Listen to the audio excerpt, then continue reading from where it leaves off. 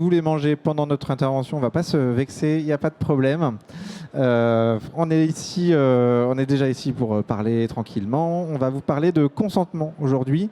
De deux manières. Déjà, on va en parler du consentement en tant que tel avec le docteur Antoine Watrelot qui est avec moi et qui est président de la fondation Fondapro. Il la présentera également tout à l'heure. On devait être accompagné de Jean-Marie Dunant qui est directeur de l'activité santé chez Innovation and Trust. Et malheureusement, il s'excuse, il est retenu sur un autre rendez-vous, mais je vais prendre sa place rapidement. Donc je me présente, je m'appelle Mathieu Slezard, je suis Product Owner Santé au sein d'Innovation and Trust, donc qui est la Digital Factory de Tessie. Et on a lancé une offre qui s'appelle Je Consens, qui est au sein d'une gamme de produits autour des échanges patients et professionnels de santé et professionnels administratifs. Et on va faire le focus, comme je vous le disais, sur le consentement et quel est l'intérêt aujourd'hui de passer sur des solutions de consentement numérique? Comment on enrichit le consentement papier qu'on a tous connu, le consentement PDF ou peu importe, le consentement très plat et peu dynamique? Comment est-ce qu'on peut améliorer les choses? Tout de suite, je vous laisse la parole, Antoine, pour que vous puissiez vous présenter et faire des rappels de base sur qu'est-ce que le consentement et où est-ce qu'on va. Merci beaucoup, oui. Donc, je suis le docteur Watrelot, je suis chirurgien et j'ai créé il y a quelques années avec un certain nombre de médecins la fondation Fondapro qui est sous l'égide de la Fondation de France. Cette fondation, elle a pour but d'essayer, bien sûr, d'améliorer la sécurité du patient. Et dans cette sécurité du patient, bien sûr, il y a le problème de la chirurgie et le problème du consentement. Ce consentement qu'on dit éclairé. Vous savez probablement qu'aujourd'hui, ce consentement, il faut prouver, quand vous êtes chirurgien, que vous avez délivré une information correcte et que la patiente ou le patient a consenti de façon libre et éclairée à l'intervention que vous allez faire. Alors, il y a des conditions assez importantes pour ce consentement. D'abord, l'information. Lorsqu'on a commencé à devoir délivrer une information au patient, on mettait une information très généraliste. Je suis au courant que je peux mourir, que je peux avoir des complications graves. Le patient signait et c'était terminé. Aujourd'hui, ce type de consentement n'a strictement aucune valeur et il faut que la fiche d'information soit extrêmement précise par rapport à l'intervention projetée. Et à Fondapro, on a un fonds documentaire de plus de 300 fiches pour chaque intervention dans différentes disciplines. On a fait alors ce sont des fiches d'information qui doivent être intelligibles pour le patient et on les fait relire par des patients experts pour être certain qu'on n'a pas un jargon trop médical. Donc, lorsqu'on projette de faire une intervention, il faut donc remettre une fiche d'information spécifique de l'intervention projetée avec un deuxième document qui est le document lui-même du consentement dans lequel le patient va consentir. Et ce consentement doit envisager un certain nombre d'alternatives qui sont quelles sont les différentes alternatives thérapeutiques. Je veux faire une hystérectomie.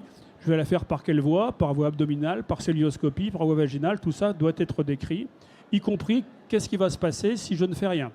Donc c'est important. Il faut bien sûr parler de l'ensemble des complications, et ça va très loin, puisqu'on considère que, à part peut-être les complications exceptionnelles qui font moins de 1%, toutes les complications doivent être mentionnées. Et puis, il faut s'assurer que le patient a bien compris tout ça et a bien signé en connaissance de cause.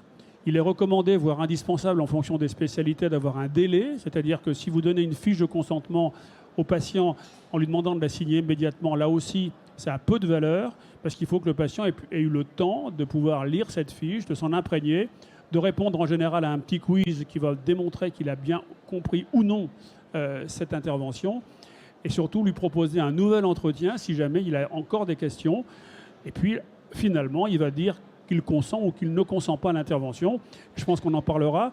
On se rend compte qu'il y a à peu près 20% des patients qui vont renoncer à l'intervention en fonction de cette fiche. Donc c'est extrêmement important parce que si vous n'avez pas fait ça et qu'il y a une complication, eh bien, le juge va considérer que le patient a une perte de chance, la perte de chance de ne pas se faire opérer. Et parfois, ça va très loin, car on peut avoir des pertes de chance de 90%. Donc vous vous retrouvez avec un chirurgien qui a tout bien fait, qui a une complication dans laquelle il n'est pas fautive, mais l'information est en défaut, et il va se retrouver condamné. Donc c'est vraiment important que ce consentement soit bien fait, d'abord évidemment pour le patient, puisque avant toute chose, c'est le patient qu'il faut informer, donc ça c'est extrêmement important, mais aussi pour le chirurgien d'avoir un outil qui lui permette de se défendre en cas de problème, pour dire, ah ben, regardez, j'ai bien fait mon travail, j'ai bien informé, bien sûr d'abord oralement, mais comme la preuve nous incombe, il faut avoir une trace. d'où les consentements écrits, et d'où maintenant le consentement électronique. Et peut-être je vous laisse la parole pour en parler. Bah, restons peut-être un peu déjà sur le consentement en tant que tel. Hein. Oui. Parce qu'on a tous déjà vu cette fiche qu'on devait remplir, saisir, etc. Souvent, c'est la même pour tous les patients. Qu'on saisit souvent à la fin de la consultation ou 1 heure avant notre opération, etc. Aujourd'hui, qu'est-ce qui pose problème? En quoi ce consentement-là n'est pas suffisant pour attester finalement la bonne compréhension? Alors, le consentement doit faire référence à une fiche d'information. Encore une fois, le consentement général et global n'a pas de valeur. Et surtout, ce qui pose un problème, c'est le délai, c'est-à-dire le délai de réflexion. Si on fait signer juste avant l'intervention, il y a des pays où ça se fait, en Angleterre ça se fait juste avant, mais en France c'est considéré comme absolument sans valeur. Donc ça c'est important. Et puis la traçabilité, parce qu'il faut bien sûr pouvoir démontrer après qu'on a vraiment fait ce travail et qu'on a gardé une trace du consentement écrit donné par le patient ou la patiente. Et du coup, 300 modèles pour guider les professionnels. Combien ça représente de professionnels aujourd'hui, Fondapro, les acteurs qui sont touchés? Fondapro, c'est 6 000 praticiens du plateau technique, donc 6 000 chirurgiens anesthésistes. Ça représente à peu près 60% des praticiens français qui travaillent sur le plateau technique. Et donc les 300 fiches qui s'enrichissent au fur et à mesure. Hein, il y en a un peu, je vous dis 300, c'est 330 maintenant. C'est pour chaque intervention. Donc on en a beaucoup en orthopédie, en gynécologie, enfin dans toutes les spécialités finalement. Et du coup, par contre, vous êtes aussi dans des expertises, on vous sollicite aussi au niveau des expertises. Et c'est là parce que moi je me dis, si jamais il y a ces besoins de fiches, ça veut dire qu'on constate des problèmes au niveau des expertises. Et aujourd'hui, il y a quand même beaucoup de choses qui sont liées, enfin beaucoup de cas qui sont liés au consentement. Tout à fait. Alors on considère aujourd'hui, alors on s'est amélioré en France par rapport à il y a quelques années, puisqu'aujourd'hui, le défaut d'information pure, c'est-à-dire qu'il n'y a pas eu d'information et qu'on se fait condamner pour ça, ça représente à peu près 11% de l'ensemble des sinistres que l'on peut voir dans le domaine de la chirurgie et de l'anesthésie. En revanche, lorsqu'on regarde la qualité du consentement, dans 40% des cas, ce consentement n'est pas requis de façon conforme. L'expert peut laisser passer, il ne va pas toujours condamner, mais c'est un risque.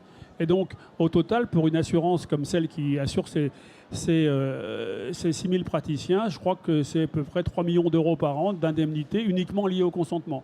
Ce n'est pas négligeable. Et du coup, des coûts qui se retrouvent forcément à un moment donné, soit sur les primes pour les professionnels, soit dans le coût des consultations. Enfin, il y a bien un moment donné, il y a le système qui doit financer ça. Et quelqu'un doit payer. Voilà, sur une question qui semble finalement simple, qui est un consentement, on en a tous fait, on voit tous l'intérêt, etc. Mais a priori, il n'est pas fait suffisamment bien ou pas dans les règles qui permettent de le tracer, quoi. Oui, c'est compliqué. Alors, il faut savoir qu'historiquement, au début, quand on nous disait il faut signer un consentement, on disait si je fais signer, le patient va partir en courant, on n'est pas aux États-Unis, etc. En fait, ça s'est maintenant imposé, et je crois qu'aujourd'hui, pratiquement tout le monde fait signer un papier, et puis les patients le savent, il n'y a pas de problème. Mais après, c'est la qualité de ce document, donc la qualité de l'information, la qualité du recueil de cette information, et la qualité de la traçabilité. C'est ça qui aujourd'hui pose problème.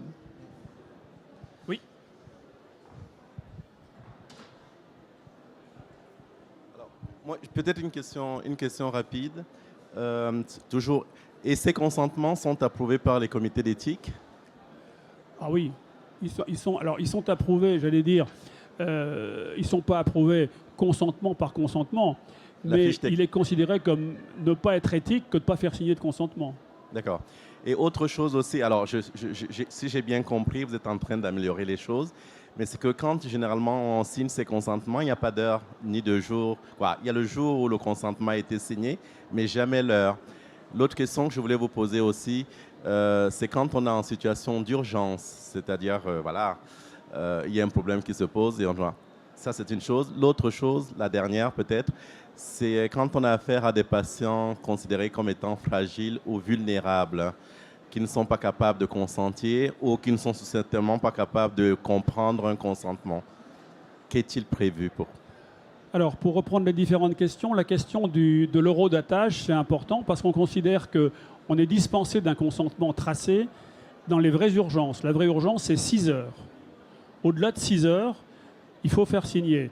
Et c'est compliqué parce que vous voyez un patient, par exemple, un mercredi soir à 20h pour opérer une appendicectomie le lendemain matin à 8h, il y a plus de 6 heures, il faut faire signer. Donc la vraie urgence, c'est quelque chose de très court. Donc c'est important d'horodater, vous avez raison.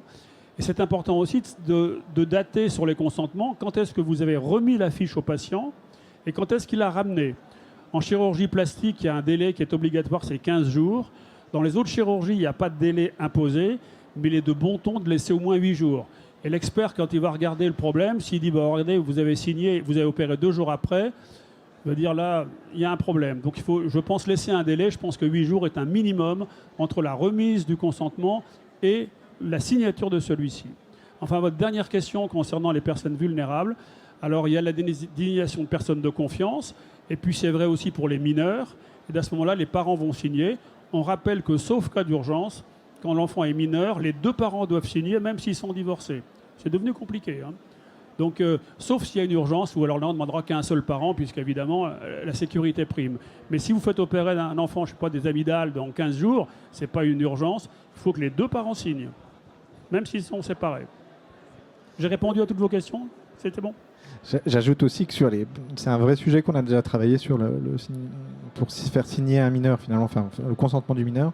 C'est qu'en plus, si jamais il y a des éloignements juridiques entre les 2 parents, etc., enfin, il y a tout un cadre à suivre qui est déjà compliqué quand on lit la fiche, mais en plus, pour le professionnel ou pour le parent isolé, ça devient très compliqué ensuite de faire signer à distance un consentement. Et si la personne si c'est que 6 heures pour aller, il y a une personne qui habite à Paris, l'autre à Marseille, pour ça, envoyer les choses, ça enfin, devient compliqué. Ça c'est l'urgence, là. C'est oui. l'urgence, donc là... là... c'est 6 heures, quoi. Je veux dire, pour faire l'aller-retour en 6 heures, ça peut être difficile, quoi.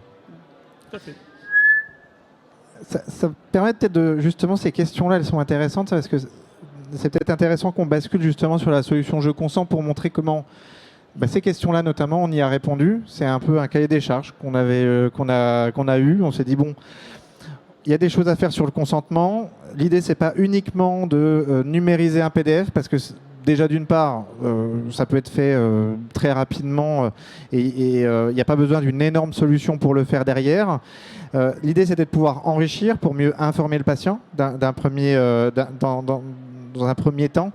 Et l'autre point, c'était comment on sécurise encore mieux pour le médecin, comment on garantit que toutes les étapes ont bien été garanties. Et comme on le disait, bon, l'acte obligatoire, c'est à valeur probatoire pour que derrière, il y ait bien tout le suivi qui a été fait de la demande, pas uniquement la signature, hein, mais depuis la demande, depuis l'envoi jusqu'à l'archivage du document. Et la première question qu'on s'est posée, c'est déjà, est-ce que finalement le consentement, les patients, les personnes comme vous, les citoyens, ils voulaient que ça soit de manière numérique? Parce que aujourd'hui, il y a du numérique partout. Je peux imaginer qu'il y a une certaine, je dirais, une réticence effectivement pour le consentement numérique. Alors on a demandé directement, on a fait une étude avec Harris Interactive qui date de mars 2023, qui disait qu'au niveau des Français et du consentement numérique, on avait quand même 63% qui étaient oui à l'usage d'une application de consentement numérique. Et globalement, le panel d'utilisateurs était quand même un panel déjà habitué au consentement. Il y en avait plus de 80% qui avaient pu utiliser ça, et 80% pour eux ou pour un proche. Donc il y a ces questions aussi de délégation de représentants d'une personne. Alors on voit qu'évidemment, ça marche bien chez les plus jeunes et ça diminue ensuite, hein. Antoine, n'hésitez pas à me couper si vous voulez ajouter des choses, hein. Bien sûr, ça marche beaucoup sur les plus jeunes et ça diminue ensuite, mais on voit qu'il y a quand même une certaine appétence pour ça. La deuxième question qu'on s'est posée, c'est ok, personnellement, j'ai travaillé quand même sur pas mal de projets numériques depuis une quinzaine d'années maintenant. Et le fait est que quand on vend à un professionnel qui va gagner du temps, c'est qu'on n'est pas très très sûr de nous. Parce que faire gagner du temps, ce n'est pas tout à fait l'objectif qu'on veut faire là. Il y aura sans doute autant de temps que préparer un consentement classique. Mais l'idée, c'est qu'il va y avoir autant de temps à échanger avec le patient. Il y aura autant de temps à saisir les informations. Oui, je vais faire une remarque, c'est extrêmement intéressant. Parce qu'il faut savoir que si vous regardez ce que dit la HAS, la Haute Autorité de Santé, elle vous dit « Vous n'êtes pas obligé de faire signer, l'important c'est le dialogue entre le médecin et le malade ». Et ils ont raison, sur ce plan-là, ils ont raison. Donc en fait, ce qui est important, c'est que le temps médecin soit passé à expliquer au patient en oral, et c'est capital bien sûr, et qu'après, par contre, effectivement, là je vous rejoins, on simplifie la partie, on va dire, administrative, qui est le recueil de ce fameux consentement. Donc c'est là où c'est important, et c'est là où on gagne beaucoup de temps avec ce genre de solution. C'est ça, exactement. Donc on a, pour la partie de je consens, ce qu'on a voulu faire, c'est qu'effectivement, un consentement qui doit être simple, c'est-à-dire c'est qu'en quelques clics, pas plus de 3, on est capable de demander une demande de consentement et que la signature soit vérifiée, signée par l'utilisateur, mais également qui peut être contresignée par le médecin. On peut avoir ce type de cas également. Pas d'impression et pas de classement manuel. C'est entièrement automatisé sur la plateforme. On a voulu aussi qu'il soit particulièrement complet.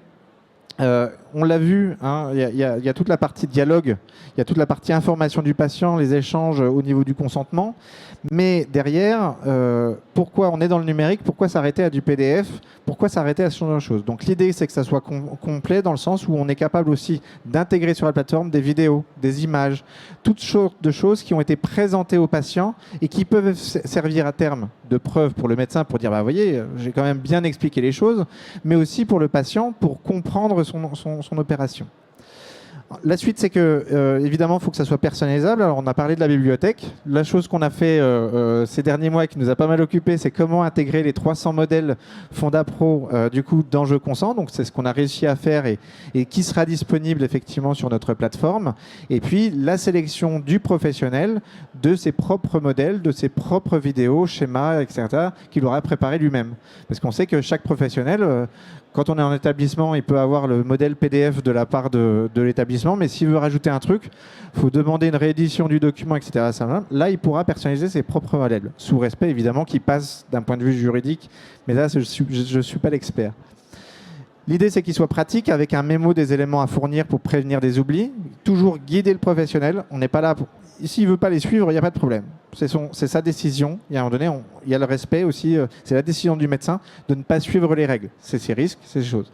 Mais nous, notre devoir, c'est de le conseiller. Donc, c'est le prévenir des éléments à fournir et des rappels automatisés pour éviter le décalage des interventions. Si le patient n'a pas signé, il faut quand même lui envoyer une relance. C'est accessible, un archivage et une consultation disponible sur les espaces professionnels comme patient. Je ne vais pas vous faire le coup du c'est sécurisé, on est à Medintech, tout le monde dit qu'il est HDS, tout le monde. Je pense que vous avez bien en tête que évidemment on a la plateforme la plus sécurisée du monde. Vous ne risquez rien avec nous. Sur la partie de comment ça fonctionne maintenant. En gros, un consentement, c'est dans notre tête, c'est un patient, un professionnel, un modèle et une date. C'est les 3 choses qui définissent ce qu'est un consentement. Le patient, évidemment, le professionnel qui est en charge, évidemment. Quand je parle du patient, c'est évidemment le groupe, l'entourage du patient.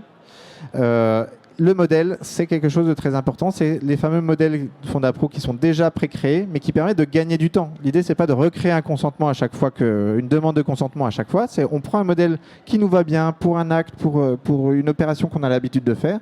On le reproduit. Si jamais le patient n'est pas différent, n'a pas un cas spécifique, on est capable de tout de suite l'envoyer en 2 clics. S'il y a besoin, par contre, on peut tout à fait l'adapter. On peut adapter la date de l'acte, les documents et consignes supplémentaires qu'il faut donner au patient, le représentant légal, le ou les représentants légaux, et le délai de réflexion. On regardera comment ça se présente et il suffit d'envoyer la demande. Lorsque on voit un peu... alors, on a voulu éviter l'effet Bonaldi parce qu'on ne connaissait pas exactement la qualité Internet ici, dans cet environnement. Donc, on n'a pas voulu faire la démo, mais je vous assure, je l'ai fait ce matin, ça marchait encore. Donc, c'est bon. Et donc, on a évidemment, on va retrouver... je sais pas, oui, on voit bien ma souris, parfait. On va retrouver des informations sur l'usager, le patient. On va retrouver des informations sur le professionnel.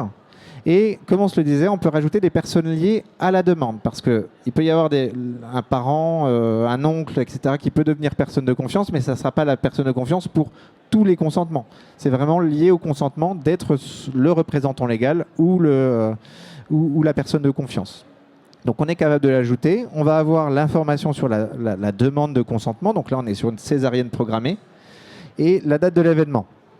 Comme je vous le disais, on peut avoir la consigne du consentement qui peut être adaptée au niveau du patient. Si jamais c'est une opération, on veut rajouter un petit venez à jeun ou attention, s'il y a des pathologies supplémentaires, il peut y avoir des risques supplémentaires. C'est intéressant de pouvoir le noter à la volée pour représenter l'information qui a été faite.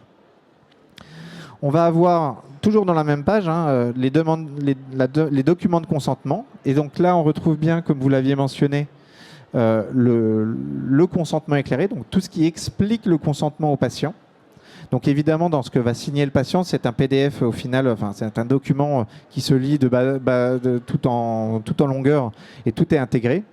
Et on va voir les informations spécifiques, la fiche préopératoire sur la césarienne programmée. Et là, on peut évidemment charger d'autres fichiers si le patient, on lui a montré une vidéo pour lui expliquer les risques, on lui a montré d'autres choses, on peut l'ajouter là. Ah, il y a un lien que vous devriez lire, on peut l'ajouter là. Et une des dernières parties, c'est le questionnaire de compréhension. Ça, c'est extrêmement important. De base, on en a mis 7 questions que vous aviez construites, qui en fait, le questionnaire de compréhension, c'est ça qui va valider le consentement libre et éclairé en connaissance de cause du patient. C'est-à-dire, il va devoir répondre « Oui, j'ai bien compris l'opération qui m'a été faite.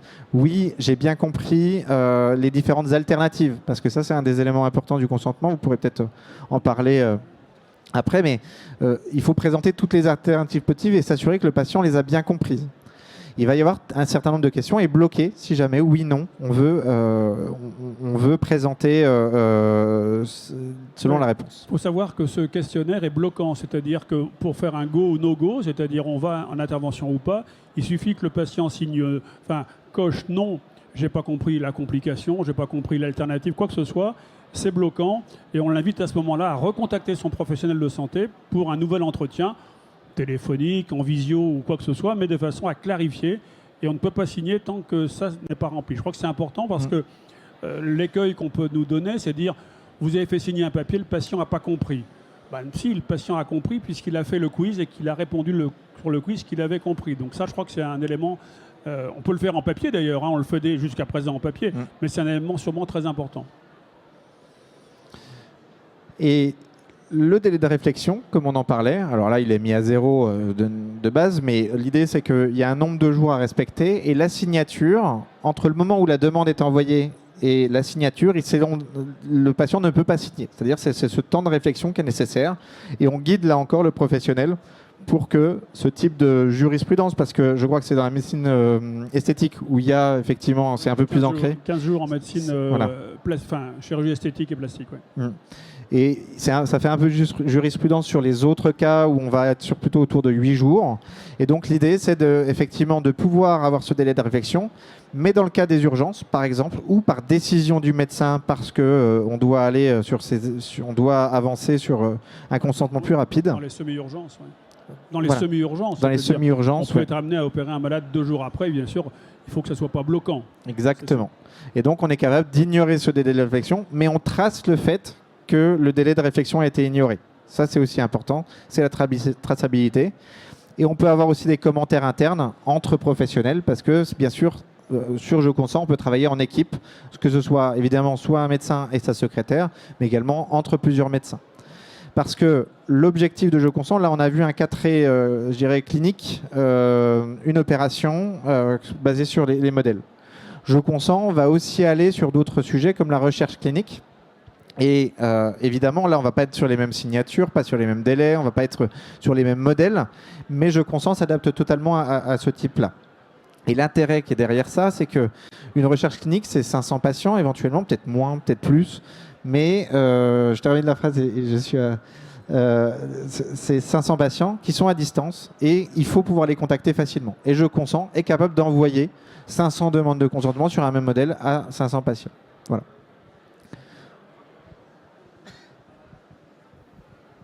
C'est juste une question sur la première partie.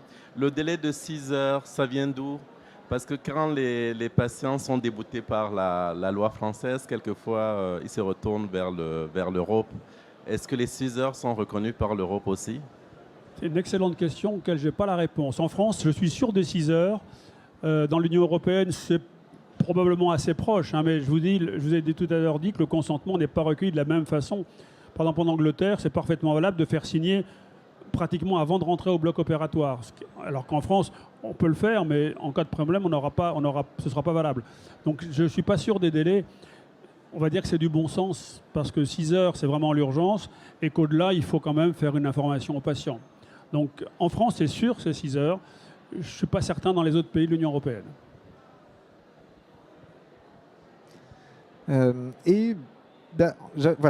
Pour moi, j'ai présenté du coup la solution. Les perspectives, c'est ça aussi. On travaille déjà avec plusieurs établissements. On a travaillé avec la PHP, on est en train de travailler avec l'EFS. On travaille aussi avec les médecins du côté de Fondapro et plusieurs assureurs un assureur professionnel effectivement, sur lesquels on est en train d'avancer parce que c'est là aussi l'intérêt. C'est-à-dire c'est que pour l'assureur professionnel, évidemment qu'il va avoir un intérêt à pouvoir travailler sur ces primes-là et justement faire baisser les cotisations ou apporter des points bonus sur les différentes cotisations. Je ne sais pas si vous avez des questions sur le consentement, sur Je consens. Profitez-en, on a un expert qui est là.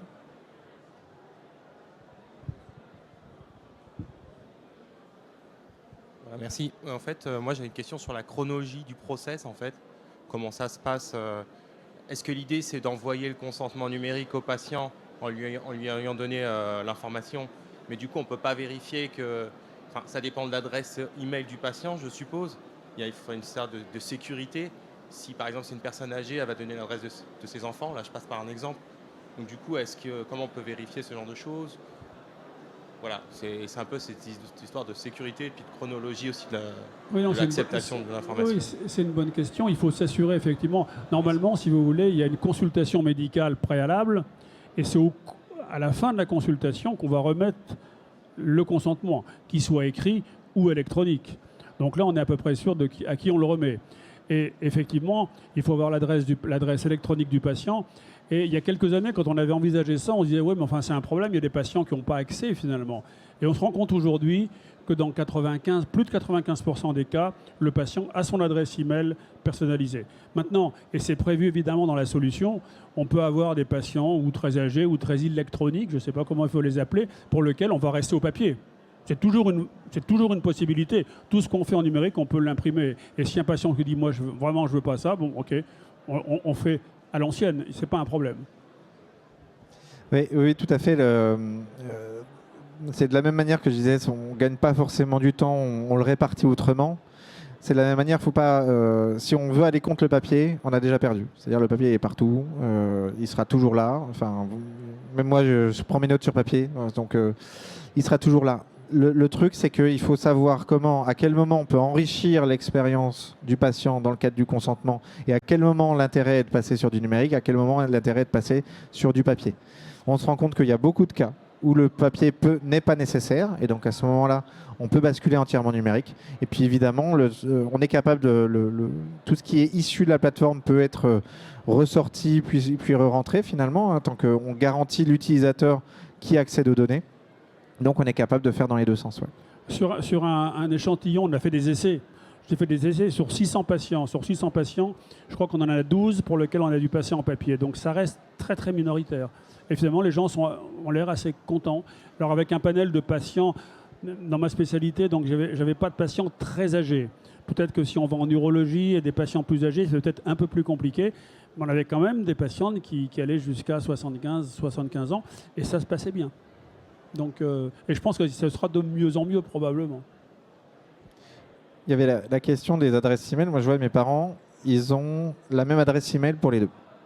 Donc, leur envoyer des informations. Alors, j'espère qu'ils n'auront pas de problème qui veulent le cacher à l'autre. Ça, c'est j'espère en tout cas. Mais on verra que s'ils ont mon espace santé, ça devrait peut-être aller mieux. Mais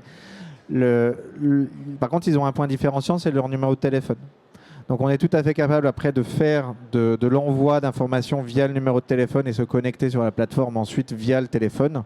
En plus, on peut garantir de l'OTP grâce à ça. Donc comment on sécurise l'accès, l'authentification via le numéro de téléphone, on envoie un code à côté. Et donc on limite aussi ces effets de bord avec des adresses email partagées ou pas d'adresse email du tout, quoi. On peut même avoir de l'envoi directement sur... on parlait des EHPAD il n'y a pas si longtemps, des fois... parce que l'EHPAD, c'est pas un parent, c'est pas voilà, mais c'est quand même la personne qui entoure. Et quand le médecin a besoin de faire signer dans ces cas-là, ça peut être intéressant aussi de contacter la cadre de l'EHPAD comme personne entourant le patient, soit de confiance, soit personne à contacter, pour qu'elle puisse avoir accès et pouvoir aider à faire signer le document. Est-ce que vous avez d'autres questions? Toujours embêtant qu'il n'y a pas de questions. Soit on était très clair, trop clair, soit tout le monde s'en fiche. On ne sait jamais. Ah. Je ne vais pas abuser, mais je reviens sur le fait que les professionnels de santé peuvent améliorer le consentement ou l'adapter. J'ai toujours le petit problème, mais c'est peut-être moi qui ai ce problème. Quid du comité d'éthique? Quelle est la marge qu'ils peuvent modifier? Quels éléments peuvent-ils modifier, adapter? Quelles informations ne peuvent-ils pas le faire? Parce qu'il me semblait qu'il fallait que... Voilà, cela n'empêche la relation entre eux. Alors, première chose, il n'y a aucun document officiel. C'est-à-dire, il n'y a aucun document officiel qui prescrit comment informer et qui nous dit ce qu'il faut faire si je fais telle intervention, ce que je dois dire ou pas dire. En réalité, aujourd'hui, ce qui est très clair, c'est qu'on devrait tout dire. Donc tout est éthique, puisqu'on considère, ça c'est la loi Kouchner depuis longtemps, que c'est une décision partagée entre le médecin et le malade, et que le malade a le choix de sa décision. Donc il faut, pour qu'il ait une décision consentie, éclairée, il faut lui donner le maximum d'informations. Et là, l'éthique n'intervient pas, en fait, puisque tout est possible. Il n'y a pas de tabou, il n'y a pas de choses interdites. Donc ça, je pense que c'est quelque chose qui ne pose pas de problème. On n'a pas de problème d'éthique à ce niveau. On a un problème d'en donner trop peu, peut-être, et plus on en donne, mieux ça vaut. Et en fait, l'équilibre, c'est d'arriver à la fois à donner une information complète, mais compréhensible. C'est pour ça qu'on fait relire les fiches par des patients experts, parce que nous, on a tendance à avoir un jargon qui n'est pas compréhensible par le patient. Donc c'est ça surtout l'intérêt, peut-être là, l'éthique arrive, c'est si on balance des choses qui sont inintelligibles, évidemment, on a donné une information, mais le patient, il ne pouvait pas savoir. Donc je crois qu'on doit vraiment faire un effort de compréhension. Ça, je crois que c'est capital. Et pour aller là-dessus, on s'est aussi posé la question d'un point de vue numérique. Comment est-ce qu'on retraduit cette capacité à modifier ou non des modèles validés? Donc c'est aussi paramétrable ça sur ce qu'on a mis en place, c'est-à-dire qu'on a évidemment les modèles qui ceux-ci ne sont pas modifiables, et ça peut être le cas dans un établissement.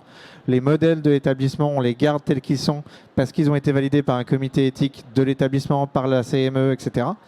Ou alors, mais le médecin, s'il veut créer son propre modèle par ailleurs, parce qu'il a peut-être d'autres besoins, il peut le créer lui-même. Alors après, il peut peut-être le soumettre si besoin, mais en tout cas, il n'est pas bloqué parce qu'il n'y a pas de point légal à ne pas le faire, quoi. Et donc c'est pour ça qu'on autorise aussi la capacité, mais on ne modifie pas par contre le modèle qui est utilisé par tout le monde, parce que sinon après... C'est-à-dire que l'information peut être modifiée comme on veut. Par contre, le formulaire de consentement, il a été revu par des juristes, etc. Il est très juridique, on va dire, de façon à justement protéger le médecin. Et celui-là, il est dans l'application, comme aujourd'hui, il reste fixe, puisqu'il est valable pour toutes les interventions. Mais il fait toujours référence à une information, à une fiche d'information. Donc celui-là reste fixe. Je ne sais pas si vous aviez d'autres questions.